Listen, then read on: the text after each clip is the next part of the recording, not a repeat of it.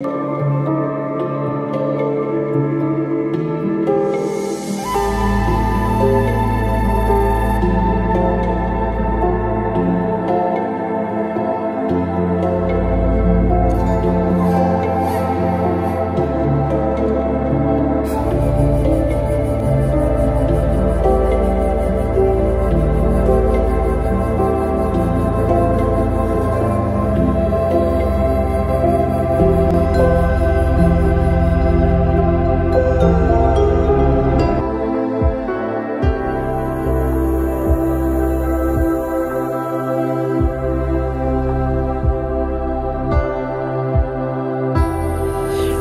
बंधुरा, आमी ट्रैवलर अमित आबार एक नतून भ्रमणेर गल्प निये हाजिर हयेछि।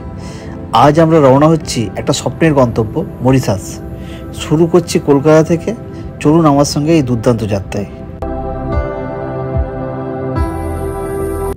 কলকাতা থেকে মুম্বাই হয়ে মরিশাসের মোট যাত্রাপথ 8 ঘন্টা। মরিশাস পৌঁছে প্রথম যে জিনিসটা ভালো লাগলো সেটা হলো এখানকার শান্ত পরিবেশ আর এয়ারপোর্টের সুশৃঙ্খল ব্যবস্থাপনা। ভারতীয় নাগরিকদের জন্য ভিসা অন অ্যারাইভাল, তাই আলাদা করে কোনো ঝামেলা ছাড়াই ইমিগ্রেশন হয়ে গেল। এয়ারপোর্ট থেকে আমাদের যাত্রা আমাদের হোটেল সফিটেল মরিশাস লা ইম্পেরিয়াল রিসর্ট অ্যান্ড স্পা। 1 ঘন্টার এই যাত্রাপথে মরিশাসের রাস্তাঘাট দেখাতে দেখাতে মরিশাসের কিছু ইতিহাস আপনার সাথে শেয়ার করি। এই দ্বীপটা আজ যেমন রঙিন আর জীবন্ত, একদিন কিন্তু এখানে কেউ বাস করতো না। একটা নির্জন দ্বীপ, ভারত মহাসাগরের মাঝে, চারিদিকে ঘেরা নীল জলরাশি আর ঝোড়ো হাওয়ার রাজত্ব। 1600 শতকে প্রথম ইউরোপীয়দের চোখে পড়ে এই দ্বীপ। পর্তুগিজরা এখানে আসে কিন্তু বেশি দিন থাকেনি। এরপর আসে ডাচরা 1638 সালে। তারা এই দ্বীপের নাম দেয় মরিশাস, তখনকার নেদারল্যান্ডের প্রিন্স মরিস অফ ন্যাসুর নামে। তবে পরিবেশের সঙ্গে মানিয়ে নিতে না পেরে ডাচরা 1710 সালে দ্বীপ ছেড়ে চলে যায়। তারপর আসে ফরাসিরা, তারা এই দ্বীপকে নতুন করে গড়ে তোলে। রাস্তা বন্দর গড়ে ওঠে নতুন জীবন, নাম দেয় ইল দে ফ্রান্স। তাদের হাত ধরেই আফ্রিকা থেকে আনা হয় দাস, আর পরে ভারত থেকে আনা হয় চুক্তিভিত্তিক শ্রমিক, মূলত চাষিদের জন্য। এই ভারতীয়রাই একদিন হয়ে ওঠে মরিশাসের প্রাণ। 1810 সালে ব্রিটিশরা ফরাসিদের পরাজিত করে দ্বীপ দখল করে। দ্বীপের নাম আবার পাল্টে দেয়, পুরনো নাম মরিশাস ফিরে আসে। তবে ফরাসি ভাষা আর সংস্কৃতির প্রভাব রয়ে যায় এবং আজও মরিশাসে ফরাসি ভাষা ব্যাপকভাবে ব্যবহৃত হয়। 1835 সালে দাসপ্রথা বাতিল হলে ব্রিটিশরা ভারত থেকে হাজার হাজার মানুষকে নিয়ে আসে কাজের জন্য, মূলত বিহার, উত্তরপ্রদেশ এবং দক্ষিণ ভারতের বিভিন্ন অঞ্চল থেকে। এই শ্রমিকরাই একদিন মরিশাসের মাটি, সমাজ ও সংস্কৃতির সঙ্গে মিশে গিয়ে গড়ে তোলে নতুন এক পরিচয়, ভারতীয় বংশোদ্ভূত মরিশিয়ান। অবশেষে বহু লড়াই আর অপেক্ষার পর 12ই মার্চ 1968 সালে মরিশাস স্বাধীনতা লাভ করে।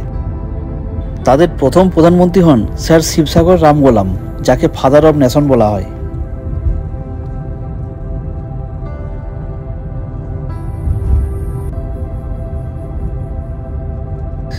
আজ মরিশাস একটি শান্তিপূর্ণ বহু সাংস্কৃতিক দেশ। হিন্দু, খ্রিস্টান, মুসলিম, বৌদ্ধ সবই এখানে মিলেমিশে বাস করে। বলিউড, ভোজপুরি গান, দুর্গাপুজো থেকে শুরু করে মসজিদ, মন্দির সবই এখানে আছে, একে অপরের পাশে। এই গল্পটা শুধু একটা দ্বীপের নয়, এটা সংগ্রামের, সহনশীলতার আর সংস্কৃতির মিলনের এক অনন্য ইতিহাস। এই জন্যই মরিশাস শুধু চোখের নয়, মনেও গেঁথে থাকে। আর আজকের মরিশাস সমুদ্রের বুকে ভেসে থাকা এক স্বপ্নের দ্বীপ মরিশাস।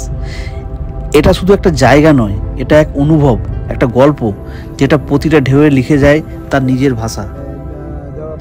নীল জল, সাদা বালির সৈকত, নারকেল গাছের ছায়া, সব কিছু যেন একটা পরী কাহিনীর মতো।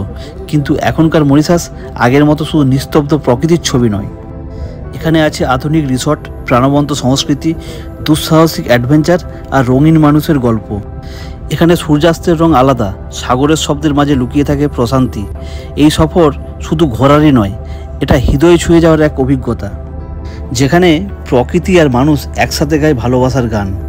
চলুন ডুবে যাই সেই জাদুকরী মুহূর্তগুলোর মাঝে। চলুন শুনে নিই এখনকার মরিশাসের গল্প। আমি ট্রাভেলার অমিত, আপনাদের সঙ্গে আছি প্রতিটা ফ্রেমে, প্রতিটা স্মৃতিতে। এই ছিল আজকের মরিশাস সফরের প্রথম পর্ব। কলকাতা থেকে মরিশাস, এয়ারপোর্ট থেকে হোটেল পর্যন্ত এক অনবদ্য অভিজ্ঞতা।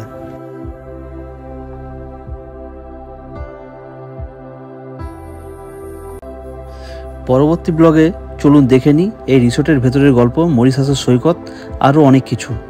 চ্যানেলটা সাবস্ক্রাইব করতে ভুলবেন না। দেখা হবে পরবর্তী ব্লগে। ভালো থাকবেন আর মনে রাখবেন, জীবনটা একটা ভ্রমণ। আমি ট্রাভেলার অমিত, সাইনিং অফ।